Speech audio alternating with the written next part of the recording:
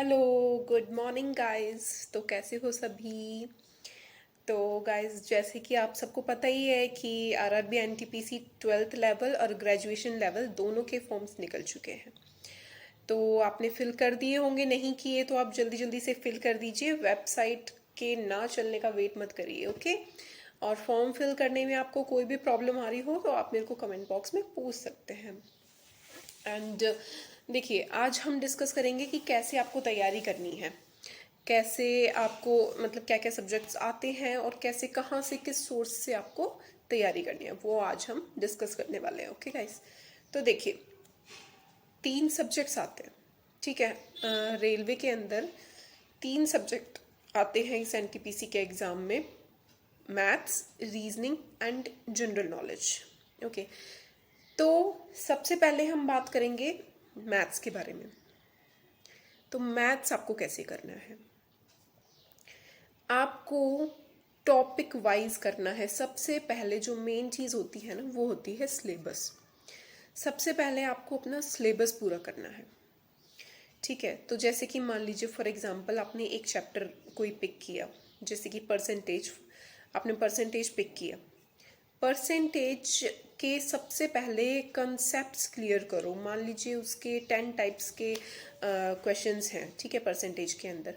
तो वो जो 10 टाइप्स हैं, पहले वो टाइप्स आपको आने चाहिए कि किस टाइप के क्वेश्चन में किस तरीके से ट्रिक लगती है या फॉर्मूलाज लगते हैं। तो ये चीज़ आप कहाँ से करोगे, ये चीज़ करोगे या तो आप कहीं से कोचिंग ले रहे हो ऑफलाइन, तो वो लोग आपको बताएंगे कंसेप्ट, या फिर आप यूट्यूब से कर सकते हैं। यूट्यूब पे बहुत सारे टीचर्स हैं और सब एक जैसा ही पढ़ाते हैं, कोई नई चीज़ नहीं पढ़ाएगा क्योंकि सबकी ट्रिक्स सेम रहती हैं, ठीक है। अगर आप आज आप 2 चैनल्स खोल के देख लो और दोनों के सेम चैप्टर खोल के देख लो, ठीक है, बस तरीका अलग होता है। ट्रिक वही सेम रहेगी, क्वेश्चंस भी मोस्टली सेम ही रहते हैं, बस तरीका डिफरेंट रहता है। कि ये आपके ऊपर डिपेंड करता है कि आपको किस टीचर का समझ में आ रहा है, बोलने का तरीका किसका समझ में आ रहा है, समझाने का तरीका किसका समझ में आ रहा है। बाकी चीज़ें सेम रहती हैं क्योंकि सिलेबस सेम है, सब कुछ सेम है। तो जैसे आप डालोगे ऊपर की मैथ्स परसेंटेज फॉर एसएससी या रेलवे, कुछ भी जिसकी भी आप तैयारी कर रहे हो, आप हेडिंग डालोगे यूट्यूब पे तो कई वीडियोस खुल के आ जाएंगी, तो आप 2-3 चला के देख लीजिए, ठीक है। तो उसमें आपको जिस भी टीचर का तरीका बेस्ट लगे आप उससे अपना कर लीजिए, ठीक है।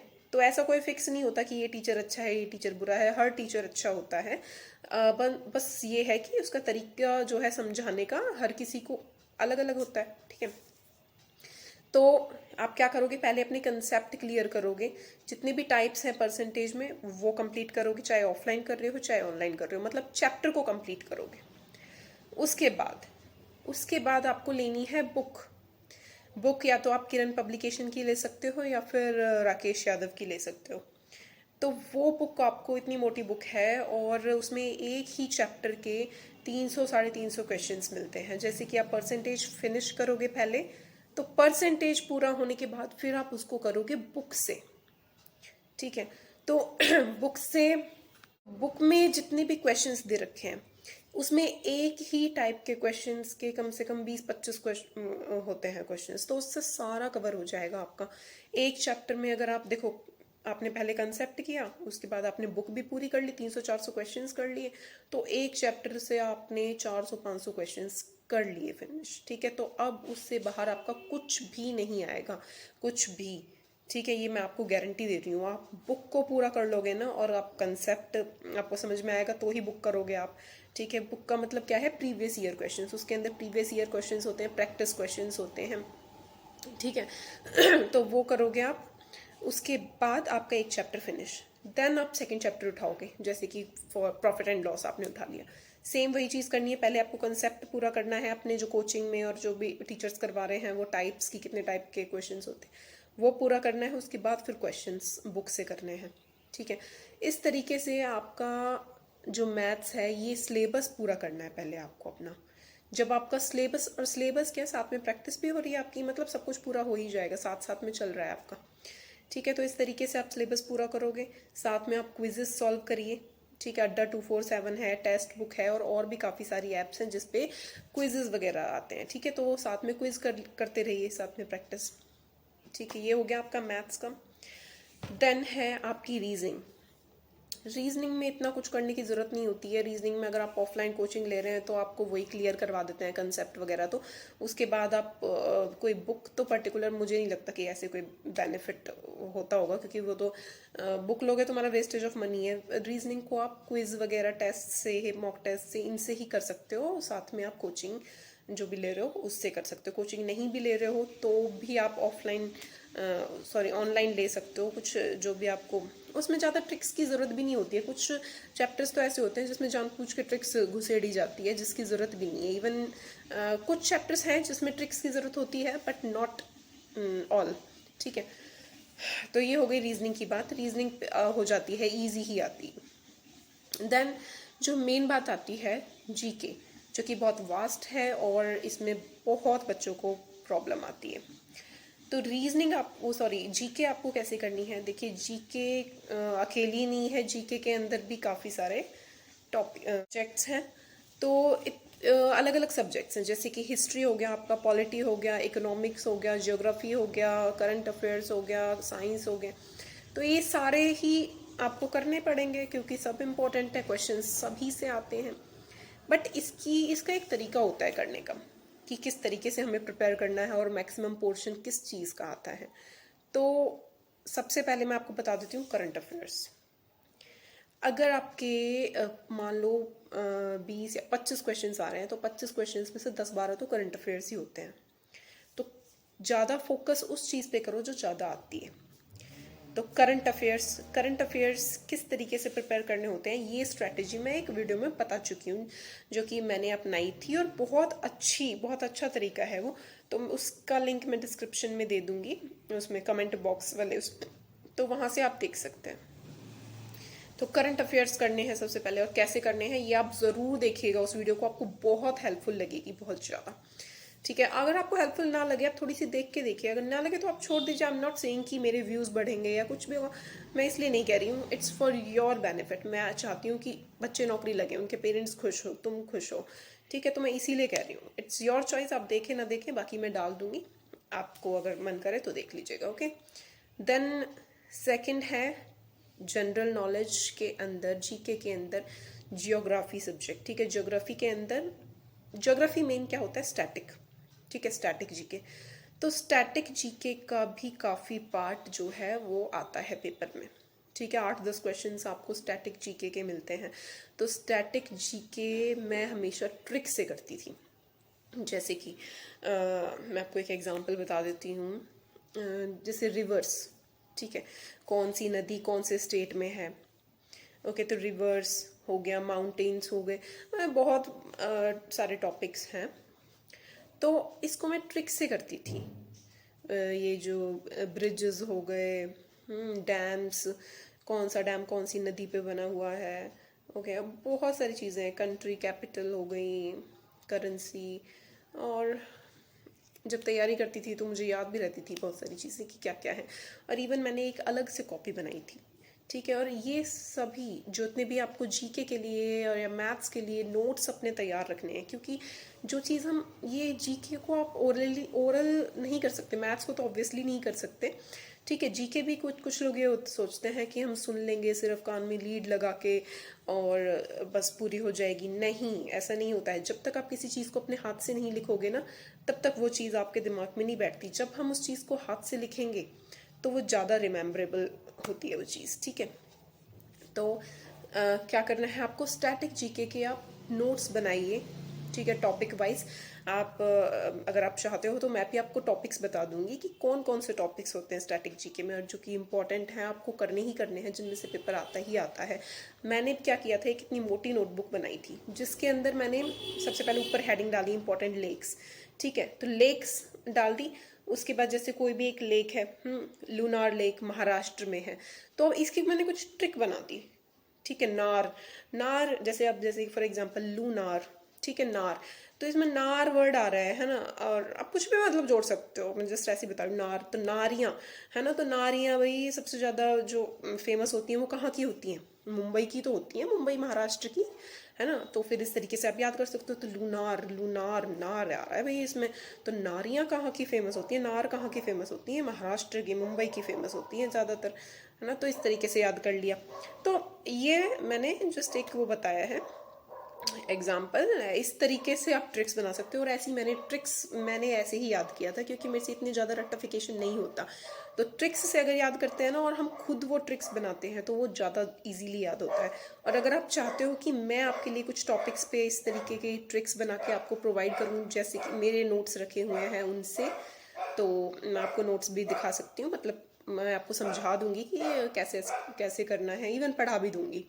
ओके, लेकिन उसके लिए मैक्सिमम बच्चे होने चाहिए। अब 2-4 बच्चे अगर बोलेंगे कि मैम पढ़ा दो, फिर तो थोड़ा ये लगता है कि टाइम भी वेस्ट होता है, क्योंकि ऑफिस भी जाना होता है। तो अगर मैक्सिमम बच्चे बोले तो अगर ट्रिक वाइज, तो फिर मैं उनको करवा दूंगी। ओके, तो स्टैटिक जीके का पार्ट आपको इस तरीके से करना है। देन उसके बाद आती है जो मेन है पॉलिटी। ठीक है, पॉलिटी भी बहुत इंपॉर्टेंट है। एंड इवन पॉलिटी भी मैंने ट्रिक से की थी, मतलब मोस्टली चीज़ें मैंने ट्रिक से की हैं, जैसे कि आर्टिकल्स हो गए, ठीक है, शेड्यूल हो गए। तो शेड्यूल भी मैंने ट्रिक से याद कर रखे हैं, कि जैसे कभी कभी याद नहीं रहती हैं चीज़ें, ठीक है, तो ट्रिक से बहुत ईजीली याद रहती हैं आप। और आप एक बार ट्राई करके देखो इस चीज़ को। ओके, तो पॉलिटी बहुत इंपॉर्टेंट है। इसके बाद आपका जो है हिस्ट्री, ठीक है, हिस्ट्री तो आपको याद करनी पड़ेगी। और उसमें भी मैंने ट्रिक्स अप्लाई कर रखी हैं कि इस पीरियड के जो किंग थे, शासक थे, वो कौन कौन थे, ठीक है, मुगल पीरियड, मतलब जो भी था, तो वो भी मैंने काफ़ी ट्रिक्स बना रखी थी उस चीज़ की भी। तो आप पहले तो अपना सिलेबस पूरा करिए, इस चीज़ का भी, हिस्ट्री वगैरह का, इन सब का सिलेबस भी पूरा करिए, साथ में एक इनको ट्रिक से और इस तरीके से भी याद करते रहिए, ठीक है। देन इकोनॉमिक्स से तो ज़्यादा पार्ट आता नहीं है, बट थोड़ा बहुत जो इम्पोर्टेंट है वो आप करके चलिए इससे। Science is important, science is very important, ठीक है, वो भी आपको करना पड़ेगा। और इसमें भी काफ़ी सारे ऐसे टॉपिक्स हैं जिसमें कि ट्रिक्स यूज़ होती हैं, जैसे कि इन्वेंशन, ठीक है, डिस्कवरी एंड इन्वेंशन हो गया, विटामिन्स हो गए, विटामिन्स के नाम हो गए। और तो इसमें हम एक अलग से टॉपिक बना सकते हैं इसे, और उनकी ट्रिक्स कर सकते हैं और याद हो जाएगा। तो जीके को आपको इस तरीके से कवर करना है। सिलेबस तो आपको पूरा करना ही पड़ेगा पहले। साथ में आप क्विजेस भी सॉल्व करिए, जीके, मैथ्स, रीजनिंग, हर चीज़ के।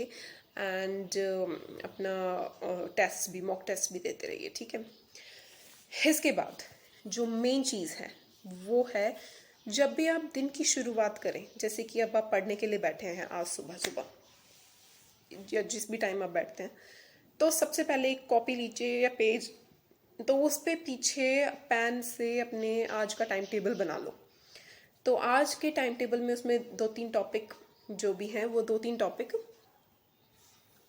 ठीक है, तो आप उसके पीछे अपने 3-4 टॉपिक या 2-3 टॉपिक जितने भी आपको उस डे में करना है काम, वो लिख लो। वेरी इंपॉर्टेंट, बहुत इंपॉर्टेंट है ये चीज़। मान लीजिए आपने लिख लिया उस पेज पे कि आज मैथ्स का ये चैप्टर करना है, इस चैप्टर के बुक से मुझे 50 क्वेश्चंस करने हैं और ये कंसेप्ट क्लियर करना है, ठीक है, बुक से मुझे 50 क्वेश्चंस करने हैं आज इस चैप्टर के, ठीक है। आप 100 भी कर सकते हैं, 50 बहुत कम बोल रही हूँ मैं, पर स्टार्टिंग में चलो 50 भी इट्स ओके। बट क्योंकि अगर आप 50-50 करोगे तो हो नहीं पाएगा इतनी जल्दी सिलेबस पूरा। तो आपको 100-150 इस तरीके के करने हैं, तो 2 दिन में, 2-3 दिन में आपको एक चैप्टर फिनिश करना होता है बुक से, ठीक है। तो मान लो फॉर एग्जांपल आपने 100 क्वेश्चन बोले, ठीक है, आज मैथ्स के मुझे ये 100 क्वेश्चंस पूरे करने हैं, प्रैक्टिस करनी है इसकी। और ये नहीं कि आप चीटिंग करके करोगे, बुक में पीछे आंसर दे रखे हैं तो आप वो करके नहीं, आपको खुद से करना है, ठीक है। अगर आपको नहीं समझ में आ रहा है तो आप पीछे आंसर देखोगे, आप खुद से उसे सॉल्व करोगे, सॉल्व करने की कोशिश करोगे, एंड मैक्सिमम सॉल्व करने की कोशिश करोगे। किसी मतलब छोटे ट्रिक से नहीं सॉल्व हो रहा है आपसे जो सर ने बताई है, तो बड़े मेथड से सॉल्व करो, आपके दिमाग उससे ओपन होगा, ठीक है। फिर बाद में पीछे देख लो कि इस इजी मेथड क्या हो सकता है इसका, ठीक है। लेकिन आप खुद से ज़रूर सॉल्व करो उसे, चाहे बड़े मेथड से कर रहे हो, छोटे मेथड से कर रहे हो, किसी से भी। फिर दूसरे नंबर पे आपने लिख दिया कि रीजनिंग के ये क्विज कुछ सॉल्व करने हैं मुझे, ठीक है, ये चैप्टर करना है। थर्ड आपने लिख दिया कि आज हिस्ट्री का आपको ये टॉपिक पूरा करना है, ठीक है। फोर्थ पे आपने लिख दिया कि मुझे एक मॉक टेस्ट देना है। तो ये 4 चीज़ आपने नोट कर दी। अब पूरा दिन आप पढ़ाई कर रहे हो और करंट अफेयर्स भी याद रखना डेली करने हैं, ठीक है। तो पूरा दिन आप पढ़ाई कर रहे हो, शाम को जब आप उस पर टिक करोगे कि हाँ ये हो गया, ये हो गया, ये हो गया, ये हो गया, तो आपको बहुत अच्छा लगेगा। आपको अंदर से ऐसा फील होगा कि अरे मतलब टारगेट अचीव हो गया आज का, है ना। और जब उसमें से कुछ टॉपिक रह जाता है ना, तो आपको बहुत अंदर से फील होगा कि अरे यार आज ये नहीं हो पाया, चल हो जाता तो कितना अच्छा रहता है ना। तो ये चीज़ ना आपको मोटिवेट करती है, ठीक है। तो टाइम टेबल बनाना बहुत ज़रूरी है।